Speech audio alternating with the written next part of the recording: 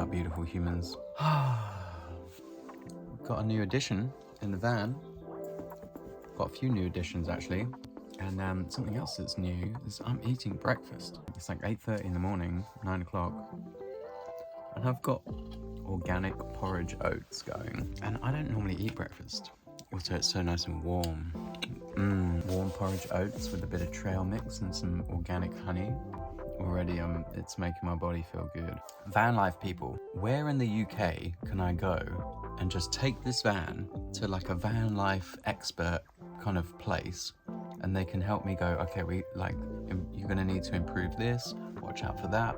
I need a bit of help, I think, with increasing the amount of power that my solar is receiving. I just want to understand my van much better from some experts. So if you know any like van life expert kind of companies, let me know, put me in touch. Super keen also to collaborate with any businesses and companies that where there might be like a mutual reciprocity, putting that out there. Guys, I've been intermittent fasting for years, it feels like, and loving it. I've also been drinking coffee on an empty stomach, almost first thing in the morning. Not exactly first thing in the morning. Anyway, I might become a breakfast bro and a tea girly. I might kick the coffee habit and yeah, just straight up become a breakfast bro. I think things are changing, you know, seasons are changing. Maybe this is a winter, autumn thing, but like my tummy feels so happy. Hello trees. I'm still in Glastonbury, and I'm staying on the driveway of my friend. This is what I love about social media, right? I've got so many friends online. When the timing's right, our paths cross and we meet, and it's the best thing. The persona that we put out online is often a really good way to sort of check in with who our potential tribe might be. Good morning. If we're looking for tribe, online is a good place to start, right? Because we're connected to the worldwide tribe. Also, we can feel into people's energy, what they're putting out there into the world, and then maybe align and connect in real life. Anyway, big news. I think I might be done with the old intermittent fasting regime. I just had a tea ceremony with my bro, Luke, and I'm swapping coffee for tea. End of story. Like, I'm done with the anger juice, the stimulant. Definitely there's caffeine in the tea, but it doesn't feel jittery and like beautiful tea ceremony. Thank you so much, Luke. I'm always gonna enjoy the flavor and the taste of coffee, and I'm just like really feeling drawn away from vices. Just bring a bit more balance and a little bit less chaos into my nervous system. I mean, I've been easing off of the cannabis. I'm coming off coffee, coming off of cannabis, no more alcohol, which is not difficult for me anyway, although I have been enjoying the odd mead when in Rome, have a little mead. So yeah, it feels, check this out. I got a tea set. I got all these different pu'er teas. And that's my journal. And look, this is it. That is a little mug and a teapot and a little tray and a little blanket thingy. It's my starter tea ceremony set.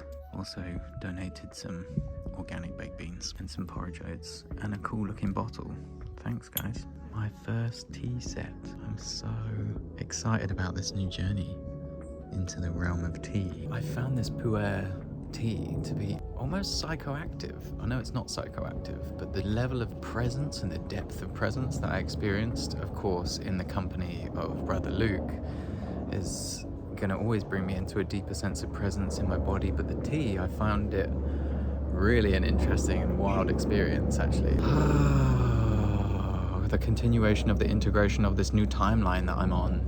Nothing is permanent. What I'm interested in, what I love, what I don't love, like how I relate to life and myself and other people and substances and tea and coffee and what I put into my body, including information. It's like boundaries, and like having better boundaries and creating, as Luke was saying, good containers, creating containers for energy to flow in and disconnecting from containers that are draining my energy.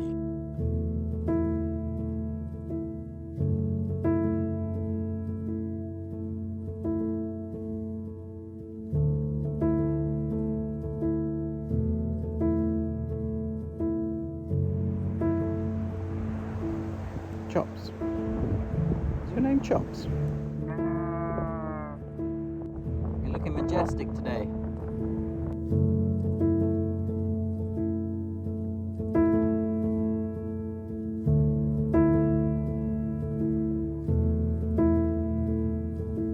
I'm beginning to feel like another thing that's changing is that I'm really enjoying autumn. We'll see how things go living in a van in winter. Might be a little bit different. And I might do a little trip down to like Portugal or Spain for a little bit of sunscreen. Yeah, I definitely am enjoying this crispier weather. Sunny, yet a little chilly. Enjoying wearing my scarf. I'm enjoying wearing my jumper. And I'm enjoying hot tea. Are you a winter or a summer person? If you're an autumn winter kind of human, what is it about autumn and winter that you love so much? Let me know in the comments, because for me it's like wearing more layers. I enjoy that. I also enjoy when it's cold and then you go in somewhere warm. I love that. Hot drinks, soup definitely. I'm also open to collaborating with people who might have an Airbnb. Obviously I try not to use Airbnb. Cottages, tiny homes with little fires, cozy spaces on farms in the countryside. If you have something like that that might not be booked up through the winter, not be in the van for a couple of days, so if there's anybody that has a space that they rent out and you're keen for a collaboration, let me know. I'd be keen for that. I'm just going to push my luck and say, hey, I'm available. Yeah, I want to talk about what it means to live a spiritual life. And if you know, please let me know. When I was absolutely convinced that I am Benjamin James Brown, and that is who I am a kayaker, I am a world champion, I am a YouTuber, I am all of these things. And the process of awakening, coming into awareness of the realization that you ain't those things, bro. And Benjamin, my ego, the persona, the personality of Benjamin was very much addicted to excitement and chaos, extremes. If I was doing something and there was a way to make it more intense, I would probably choose to do it. That same part of me now gets the extreme experiences of psychedelic plant medicine, blasting up out of my body, having all these visions and meeting my soul and downloading the codes of the universe and all this cool shit. Wonderful. And then after a while I was realizing that I kept wanting to go back for more. Another mushroom ceremony. We would go for a hike on the mountain, gonna smoke a spliff, of course, when we get to the top. We go for a hike on the mountain and maybe I'll take some mushrooms and I'll smoke a spliff. When I get to the top, I'm gonna make a coffee as well. It's like one of these, one of those, give me a little bit of that, give me a bit of this. What I'm saying is, like, I was addicted to intensity, and so that would also play out in my relationships. And the intensity was because I just wanted to feel something, and I needed the intensity because I needed to feel alive, because I was actually cut off from my body. I wasn't fully existing in my body, and I'm still doing what I need to do to continue bringing myself down and into my body so that I can actually have more of my awareness and more of my consciousness residing in relationship to the awareness of my body. Tune into the awareness that is already in the body, and we turn that up. It's like, you can say, becoming more sensitive. It means that I don't have to go to extremes for me to feel things. Simple things become big, small things become big. And I'm sitting in my van, I'm admiring my mandala on the wall, I'm drinking mint tea, I just ate some noodles, and I've been playing my flute a little bit. I am fully in my body, and the experience of being tuned into my body's awareness is plenty. This whole experience for me right now is plenty. I don't feel like I need to add anything. I don't feel like I need to make things more extreme by smoking a joint or putting like intense music on. I'm actually sitting in silence. That is me being spiritual. It's so simple. You don't have to go and blast off with psychedelics constantly, because that just is another addiction. The beginning of the spiritual journey that I'm experiencing right now is tuning into the mundane, the basics, the simple awareness of being alive. And that feels deeply satisfying, just to be alive. I'm not craving anything. I'm not reaching for anything. I'm not avoiding anything. I'm just right here. I'm not thinking about the future. I'm not thinking about the past. My awareness is in this present moment as much as it can be whilst I'm recording on my telephone. But I'm like, it's so boring.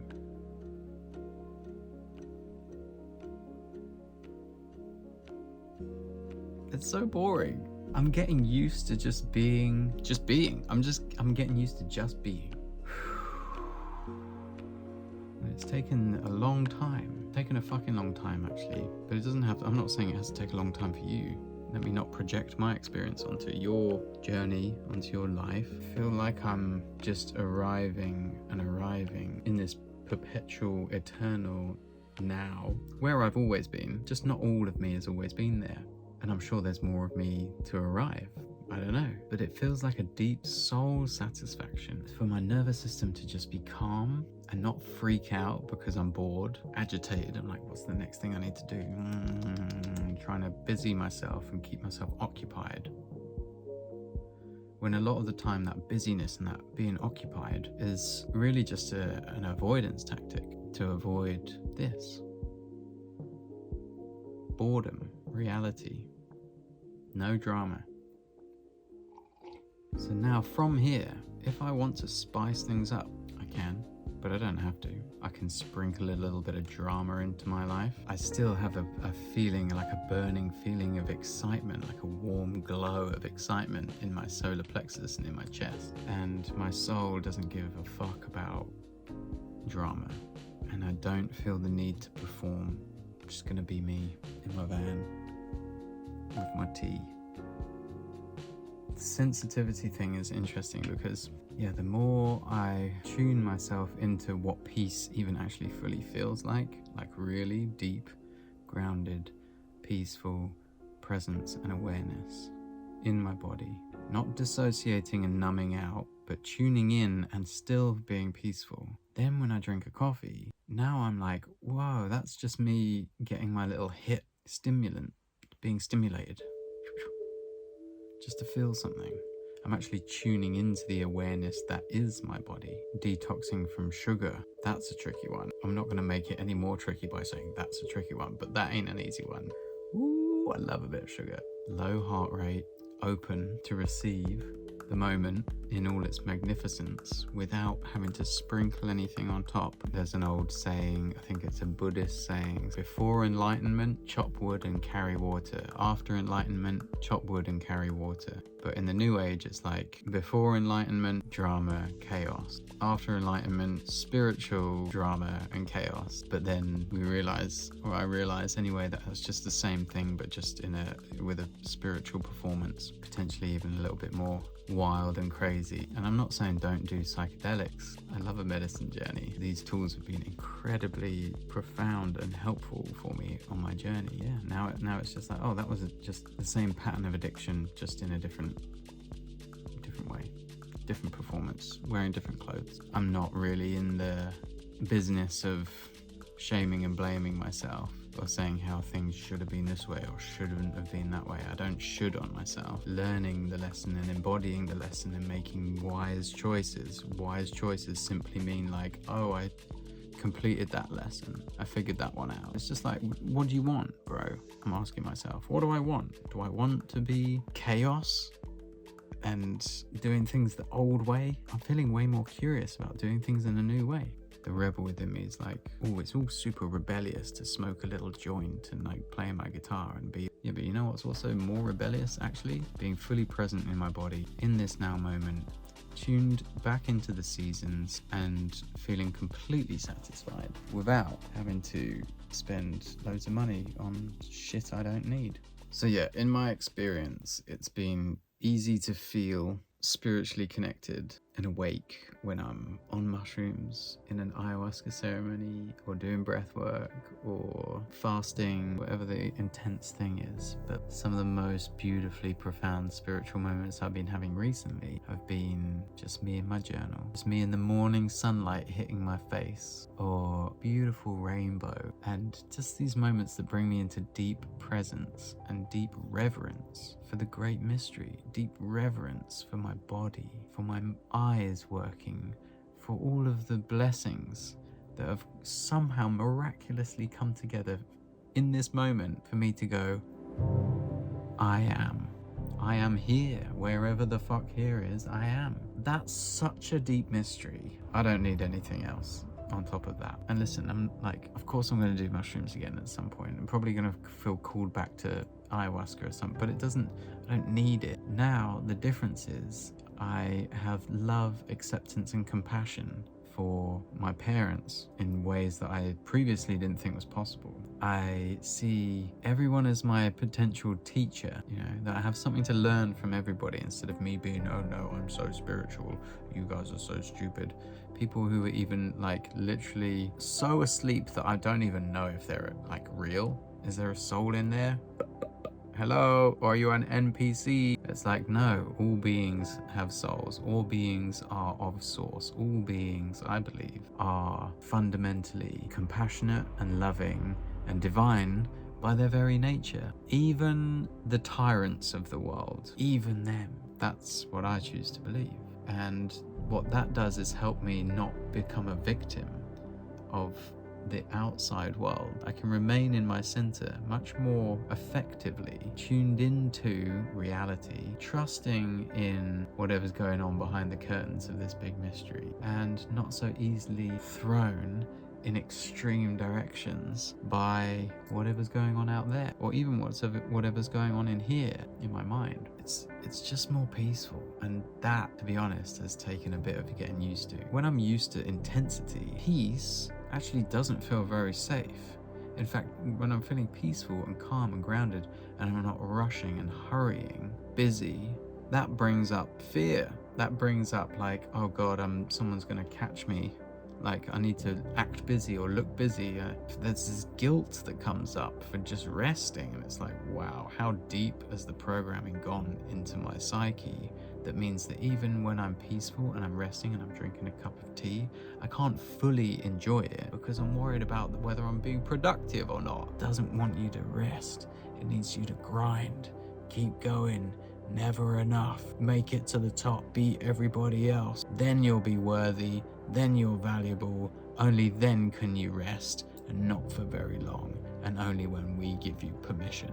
It's like, no thanks, I'm out of that game. If I'm going to live my life and create a reality for myself and connections with people around me, I want to do it from a place of truth, I want to do it from a place of peace, and I want to do it from a place of love and compassion, because I see the result of what happens when we don't do that.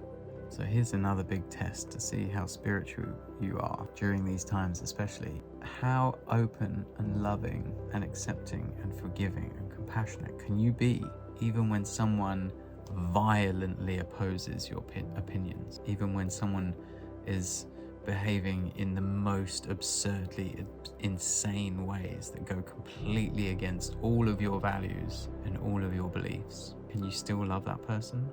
Can you still forgive them? Can you still see them as you? Can you see all of their fear programming and all of their judgment, and still know that underneath all of that is you in disguise, teaching you about love and compassion, teaching you about forgiveness? What the fuck else are we doing it for otherwise? That's my spiritual update from the van. As always, I appreciate your engagement, you watching these videos, you hitting thumbs up and helping me build a nice solid algorithmic momentum. That is a beautiful way of you supporting me. Thank you for being here. Let me know what you think about this. Where are you at in your journey? Be open, be honest. I'm really curious. I'm keen to hear from you. And check out all the links in the description for all the good, fun, juicy stuff. And have the most wonderful day. I love you so much. Peace.